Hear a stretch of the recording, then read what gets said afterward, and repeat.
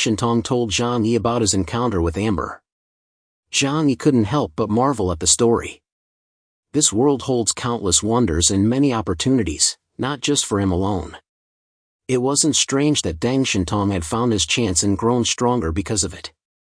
Everyone inhabits their own world, each the protagonist within their own realm. The Heart Sutra is hidden within the National Museum de Liangdu in Neon. It is a national treasure of our Huashu kingdom. Regardless of the purpose, I believe we must retrieve it. Deng Shintong gazed at Zhang Yi with sincere earnestness. This is precisely your second concern. This mission carries almost no risk for you. With your current strength, you could sweep across the entire Neon nation. The only concern is the Columbia Naval Fleet stationed in Neon.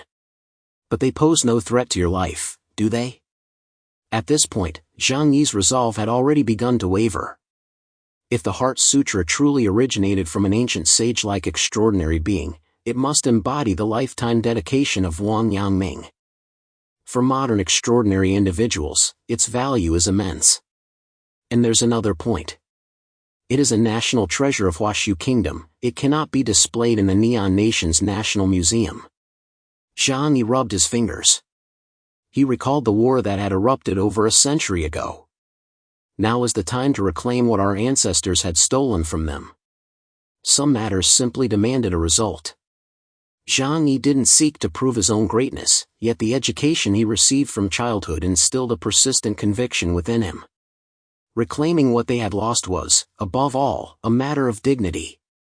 This very pursuit had driven countless citizens of the Huashu Kingdom for so many years. No matter how gloomy their words might sound, no matter how indifferent they appeared toward everything, individuals existing within a collective inevitably harbored a sense of national pride and honor. Humans are creatures inherently dependent on the collective for survival. Zhang Yi fixed his gaze on Deng Shintong, narrowing his eyes slightly. I don't trust you. But you know the price of deceiving me. So I agree to join this operation. You'd better deliver a satisfactory outcome. Understand? With his abilities, sweeping through Neon would pose no challenge. Even if trouble arose, he could walk away unscathed. This was the confidence of the world's top mutant in defense. Upon receiving Zhang Yi's consent, Deng Shintong's face immediately lit up with an excited smile. Rest assured. If it turns out I was wrong, I'll give you my life. Also, to show my sincerity, I've brought some gifts. Deng Shintong produced a palm-sized silver metal box from his person and handed it to Zhang Yi. This is Deng Corporation's latest research breakthrough. It helps individuals enhance their abilities and break through their limits. Currently, it shows promising results for mutants with ability indexes below 9,500 points. He chuckled. I know you have a few friends whose foundations are a bit weaker. This will be beneficial for them. A glint of light flashed in Zhang Yi's eyes as he smiled and nodded, accepting the box. This will indeed be very useful to me. Fatty Sue and Uncle Yu possessed relatively low innate talent among the fighters. Their current ability to break through the 9,000-point barrier was solely due to Zhang Yi's relentless, resource-intensive use of the Earth Centipede's origin. But judging by their current progress, their upper limit for life might not exceed 9,500 points. Unless he could provide them with pieces of the Source of God in the future, Zhang Yi had no better way to enhance their strength. Yet the Source of God was extremely precious and not easily obtained. The medicine Deng Shintong had sent was indeed something Zhang Yi greatly appreciated. Formulate your operational plan and bring it to me. You handle the timing and specifics, I'll just execute the strike. Zhang Yi instructed Deng Shintong. He'd always hated complications. Deng Shintong nodded. Understood. I'll arrange everything and send you the intel when ready. Zhang Yi invited Deng Shintong to stay for lunch, but Deng waved it off. I must return immediately to finalize the battle plan. Every day the national treasure remains in the hands of the Neon is a day of crisis. If any of them recognize its value and uncover its secrets, it won't bode well for us. As you wish. After seeing Deng Shintong off, Zhang Yi shared the news with his family members. Uncle Yu was the first to perk up upon hearing Zhang Yi planned to head to Neon. He slammed his fist on the table, flashing his pearly whites. Zhang, you absolutely have to take me along this time. Let's give those neon folks a good thrashing. Zhang chuckled, that's easily arranged. Neon's combat strength has collapsed severely. Ever since the battle on Star Island over a year ago, their top-tier forces were nearly wiped out. Their remaining power is now insufficient to withstand the assault of a team of our caliber. Still, we can't afford to be careless. I recall that Neon produced a new Epsilon. What was it called again? He looked at Yang Xinshin. Yang Xinshin replied indifferently, the evil demon. That's clearly not his real name, it's probably some kind of alias. Those Neon guys always love giving themselves intimidating nicknames. Like King of 100 Beasts or whatever. Zhang Yi leaned back on the sofa. Do we have any intel on him? Yang Xinshin shook her head. Not much. We only know they fully unified Neon a year ago. The organization led by the evil demon is called the Royal Demon Court. As for his strength and abilities, there's been no intelligence whatsoever. After all, once an Epsilon emerges, sweeping through a region is pretty straightforward. Zhang Yi remarked, even if a newly emerged Epsilon is powerful, their strength is still within predictable limits. But on our side, we have 2 Epsilons and 1 near Epsilon level combatant. A proud smile touched Zhang Yi's lips. Seeing his now formidable team, pride naturally welled up within him. This team, which he had personally nurtured from the ground up. Not to mention that he himself was now a Black Chariot level extraordinary being with an ability index of 20,000 points. Across the entire planet, he stood among the absolute elite. Apart from the likes of Ho-Tu and a handful of monsters cultivated by top-tier nations using their entire state resources, there were virtually no humans left in this world who could threaten him. After hearing the full story, everyone agreed that this trip to Neon wouldn't pose any danger. But out of his usual caution, Zhang Yi still decided to bring his main combat forces along. Thus, as before, Frog remained behind to guard the home.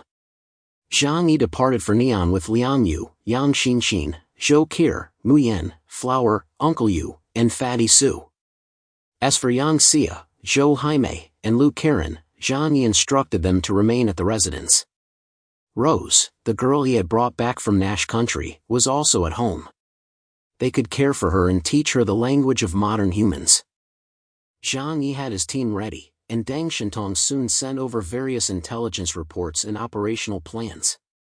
The biggest challenge in this mission to Neon wasn't the local faction, the Royal Demon Court, but how to evade the Columbia Navy. After all, current intelligence indicated the Columbus Ocean Fleet had gained a new Epsilon-class mutant. The former Billy the Kid had now risen to become the formidable entity known as the Piercer. Zhang Yi vividly remembered that individual's abilities. Had he not become an Epsilon himself, facing the Piercer directly would have been far more challenging. Combined with the seasoned powerhouse Cardalus and the formidable military support of the Ocean Fleet, they would undoubtedly pose significant trouble. Therefore, Deng Shintong's suggestion was for Zhang Yi to lead a group of elite anomalous to secretly infiltrate the Neon capital, Edo, and first investigate the location of the Heart Sutra. After all, the world had descended into chaos after the apocalypse. It was uncertain whether it was still preserved in the National Museum de Liangdu. Zhang Yi wholeheartedly agreed with Deng Shintong's plan. Several days later, Deng Shintong arrived in Tianhai City with his group. This mission wasn't conducted under the name of Blizzard City, but under the banner of the Deng family. Therefore, those who came were all trusted, capable Xians chosen by Deng Shintong.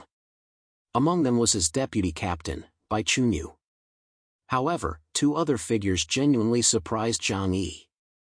They were old acquaintances, Bai Li Changqing and Wu Di. Approaching Zhang Yi, they respectfully saluted, "Captain.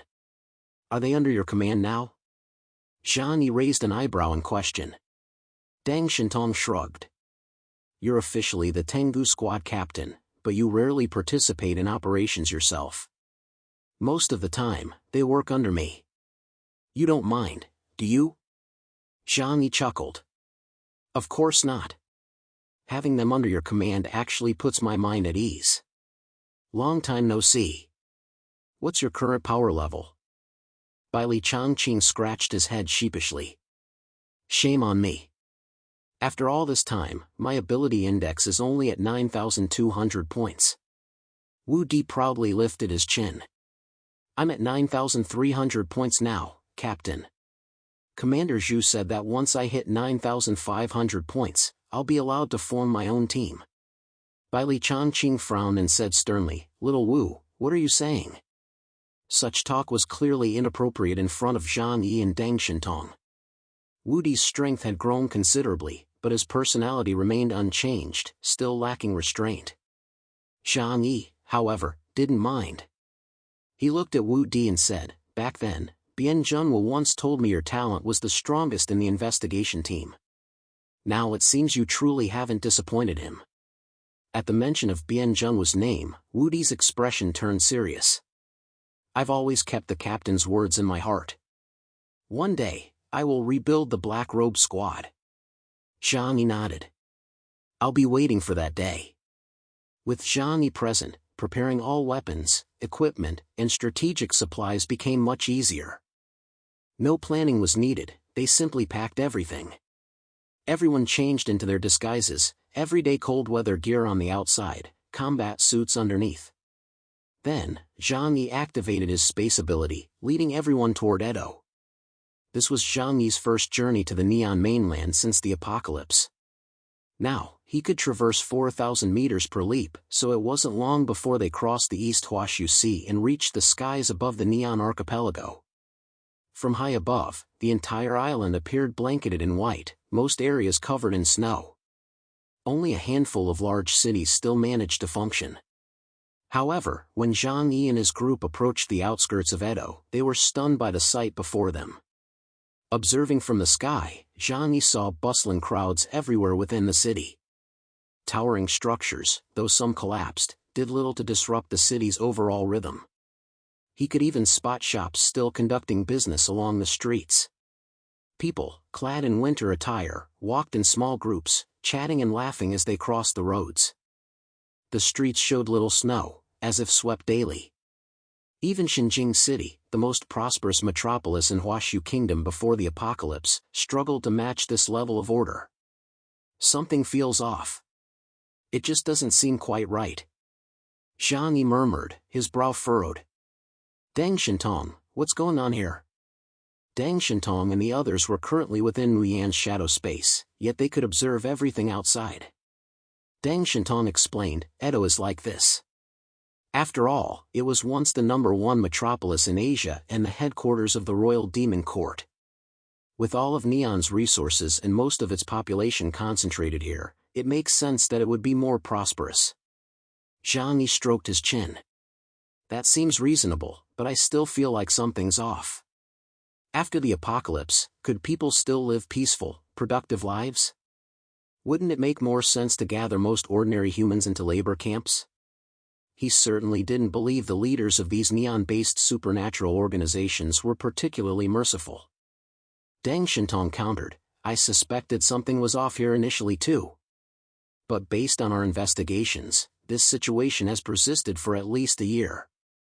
Zhang Yi pondered for a moment before saying, let's not rush into action. Investigate thoroughly first. With a flash, he traversed several times and arrived in Edo City. Muyan's shadow unfolded on the wall as Deng Shintong and the others emerged from within. They were all clad in thick winter coats, indistinguishable from the city's neon-clad residents. With the aid of their intelligence systems, communication posed no problem either. Unless combat erupted, their alien origins would remain undetected. Zhang Yi exhaled, his breath instantly turning to white mist in the air.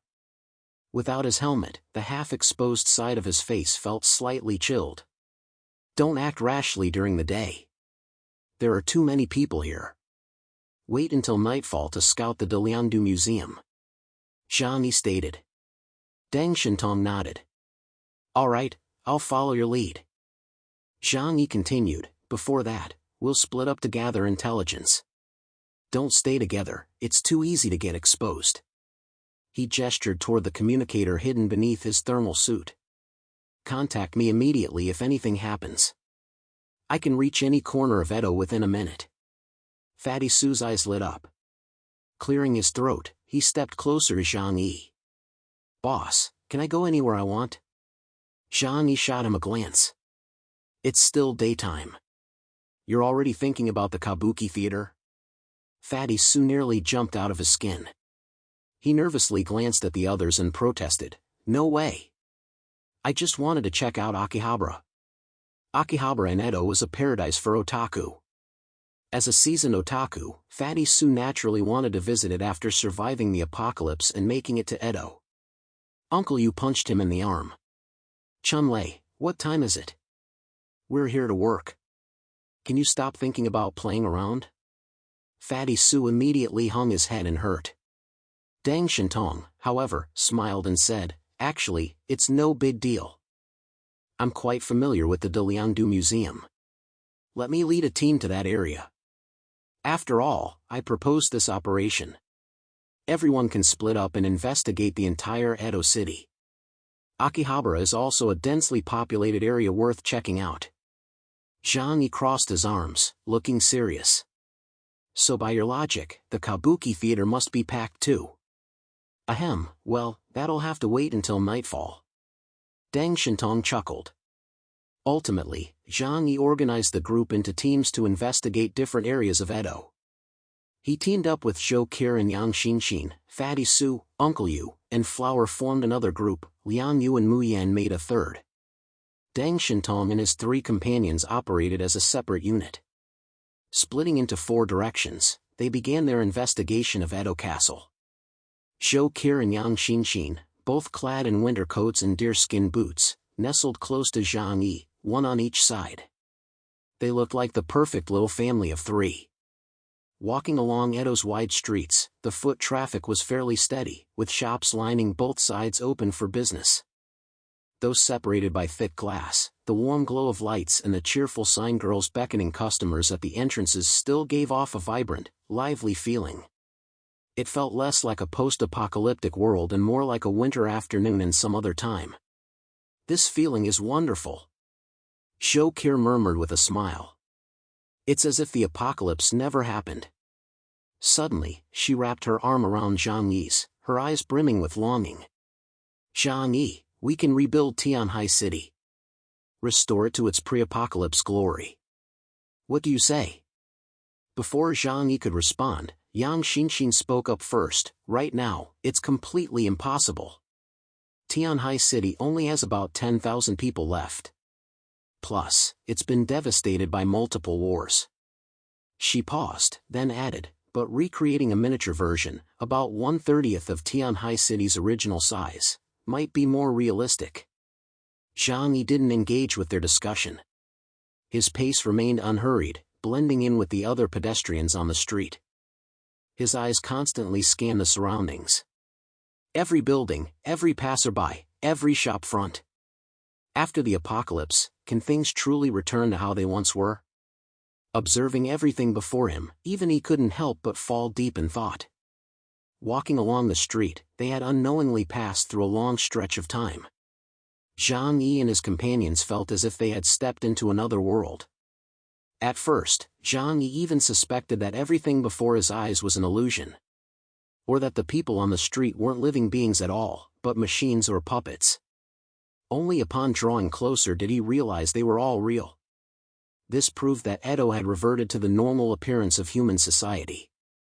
In fact, it seemed to have done even better than Blizzard City or Xinjing City. How did they manage this? I'd love to learn their methods. Zhang Yi couldn't help but say with a smile. The harmony here could truly be called a miracle of humanity. Before he knew it, he found himself in a place ablaze with lights. Though it was still daytime, and the sky wasn't particularly bright, there was no need for such extravagant illumination. Yet this particular area was different. The facades of the tall buildings were covered in colorful neon lights. Just looking up was enough to dazzle the eyes. Most crucially, these weren't ordinary neon lights.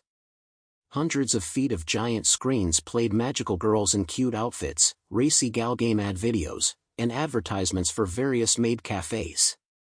Sir, ma'am, welcome to Love House. We have underground idol performances today. A maid in a black and white uniform approached, smiling as she handed over a flyer. Zhang Yi instinctively took it, only then realizing he'd unwittingly arrived at Akihabara, the otaku mecca of Edo. Watching the scenes unfold, Zhang Yi's brow slowly furrowed. He felt something was off about all this, yet he couldn't quite put his finger on it. Beside them, the maid continued enthusiastically introducing today's underground idol performance, describing how hard-working this young lady named Terracotta Michiru was and how wonderfully she sang. Zhang Yi looked down at the pamphlet and said to Zhou Qi and Yang Xinxin, "Let's go. We're going to see the show." The two were surprised to learn Zhang Yi had this kind of hobby. Still, since they were in Akihabara, experiencing a local specialty sounded like a great idea. So the three followed the maid into the cafe.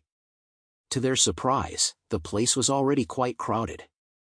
The cafe wasn't large, holding about 10 tables. Fans with bandages on their heads, holding light sticks and glow sticks, were already there, faces aglow with excitement. Zhang Yi and his friends were seated at a table toward the back. The maid then approached with a beaming smile, handing them the menu. The prices listed were absurdly high. Even the simplest heart-shaped omelette rice was priced at 100,000 yen. But money was hardly an issue. Edo still used the electronic currency issued by the Neon Nation Bank as its standard medium of exchange. Upon their arrival, Deng Shintong had used his connections to top up each person's account with 1 billion yen, allowing them to spend freely. However, to avoid drawing attention, Zhang Yi only ordered a few expensive dishes and drinks. Yet this was enough to make the maid's smile grow even broader. The neon-made cafes here offer far more variety than those in Huashu Kingdom. Here, as long as you spend enough money, you can theoretically enjoy exceptionally attentive service. The maids inside are all young and beautiful girls, rarely older than 25, mostly students working part-time. Service reigns supreme here. Their smiles never fade, and they respond politely to every customer request. Zhang Yi ordered a few omelette rice dishes and some unnamed neon drinks, then sat quietly in the back row, quietly observing the place. Once the food arrived, Zhang Yi and his companions naturally didn't eat it. This wasn't just to avoid poisoning, they also had to guard against mutants using food or drinks to harm them. The patrons in the front rows, however, were visibly excited. Especially the private residence members, clutching light sticks, posters, and glow sticks, their eyes fixed on the modest stage at the front, brimming with anticipation. Zhang Yi watched them, detecting nothing unusual. Seated at the very back, Zhang Yi discreetly swapped out the drinks on their table when no one was looking. He picked up a cup, sipping it as he waited for the show to begin. The main event wouldn't start until evening anyway. Without sufficient intelligence gathered yet, he might as well relax and enjoy the performance. As for the troublesome matters, he'd leave those to Deng Shintong and his team. After all, this operation had been his idea. "Do you notice anything off?" Zhang Yi chatted with Yang Xinxin and Zhou Qi through the internal channel. Zhou Qi blinked. "Nope. This place feels perfectly normal, just like before the apocalypse. Except..." She paused. "It's precisely because it's too normal. That very normality feels abnormal." Yang Xinxin murmured, "After the Ice Age descended, human survival should be the top priority. Yet this city still hosts numerous leisure and entertainment activities. That alone is highly unusual. The air isn't particularly warm. Yet their attire doesn't seem suited for withstanding temperatures below -60 degrees Celsius. That's also peculiar." Zhang Yi nodded slowly. "That's precisely what I've always found hard to grasp. Typically, only mutants with exceptional physical constitution or those wearing specialized combat suits could withstand such extreme cold. Yet throughout all of Edo City, people wore only ordinary winter coats. Even in Akihabara, girls could be seen wearing winter-made outfits. All of this was highly abnormal. Only two explanations make the most sense. Either every single person moving about Edo City is a mutant, and they've acquired cold resistance. Or, some exceptionally powerful mutant has altered their way of life. For now, let's just wait and see." Zhang Yi took a sip of coffee and remarked calmly. Soon after, a host stepped onto the stage, beaming as he announced today's performance was about to begin. Everyone!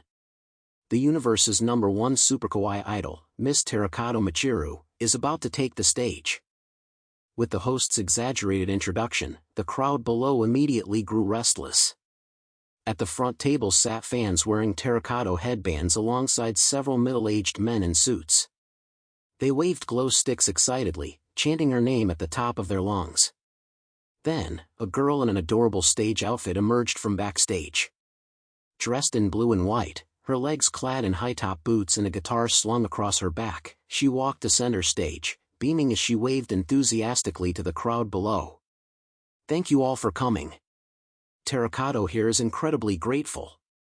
Next, please enjoy my latest original song, Humans Are All Maggots. The smile on Terracotta's face was utterly sincere. The dedication of these neon underground idols is something domestic teen idols could learn from. At the very least, they always put on a good show. Below, fans were already excitedly waving their glow sticks. Backstage, the band had already begun playing. The pulsing music erupted throughout the cafe. Terracotta's singing was quite good. As an underground idol performing at a maid cafe in a place like Akihabara, she had to possess considerable skill. Her sweet voice nearly pierced the ceiling. As she sang, the fans below rose to their feet, waving glow sticks and dancing to the beat. Zhang Yi had been quietly sipping his coffee and listening to the music, but the next scene nearly made him spit out his coffee in shock. Those overweight private home dwellers and middle-aged salarymen in suits were actually using their bodies that shouldn't have much vitality left, to dance with all their might. In the dim lighting, their arms swung the glow sticks with surprising agility. Red and blue lights flashed as their movements became perfectly synchronized, forming circles and Mobius strips. Moving to the music's rhythm, sometimes fast, sometimes slow, they looked like a professional cheerleading squad. Watching this group dance with such fervor, Zhang Yi now deeply understood just how powerful Neon's underground idol culture truly was. His right leg began to twitch lightly to the beat. Music possessed an undeniable infectious power. He couldn't recall the last time he'd participated in a group activity with such unburdened ease. Even Zhou Qi and Yang Xinxin, gazing at the stage, wore a peculiar gleam in their eyes. Every human being craves social engagement. A truly captivating performance could stir genuine, heartfelt appreciation. To their own surprise, Zhang Yi and his companions watched the entire show from beginning to end. Their initial plan had been merely to find a place to gather intelligence. By the time the performance ended, Terracotta on stage was drenched in sweat, yet her radiant smile remained as warm as a sunflower. She took a step back and bowed deeply to the audience below. Mina-san, arigato. Over an hour had passed since the performance ended. Zhang Yi glanced at his watch and decided to leave the maid cafe. Just as he was about to exit, an exceptionally cute-looking maid slipped a note into his palm. After stepping outside, Zhang Yi unfolded it. Zhou Qi and Yang Xinxin immediately looked over, their expressions turning slightly hostile.